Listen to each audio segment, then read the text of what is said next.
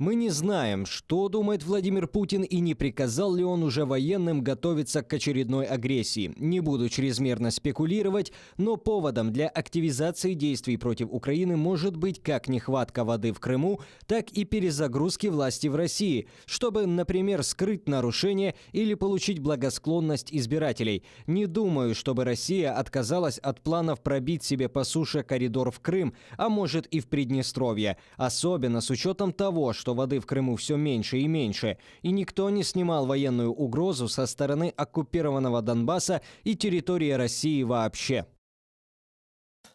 Что вы думаете по поводу возможной агрессии?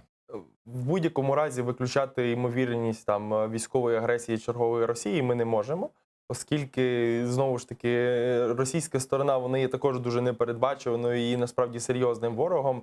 І ми бачимо частково їхні провокації, з певною періодичністю, що на Донбасі. Те ж саме було в Керченській протоці з українськими моряками. Так? Тому ймовірність і загроза залишається завжди. Друге питання, наскільки критичним для російської сторони буде проведення такої операції, так? Оскільки, скажімо, в даному разі вони також себе ставлять під величезні загрози міжнародні, так? І чергову критику, і чергові якісь обмеження з сторони, скажімо, і американців, і європейців. І якщо вони навіть не будуть якимись критичними, то знову ж таки сильно послаблять статус російського боку. І, в принципі, ж розмови зараз ведуться, що Росія може забезпечити себе і без участі української води, так, і можуть її тягнути із Росії, фактично. Це дуже дорого ж. Так, безперечно, що дорого. Але росіяни ніколи не позбавлялися можливості зробити якийсь величезний проект, так, скільки б він не коштував. Ми пам'ятаємо і про Олімпіаду, яка відбувалася в Сочі, в яку вклали величезну кількість грошей,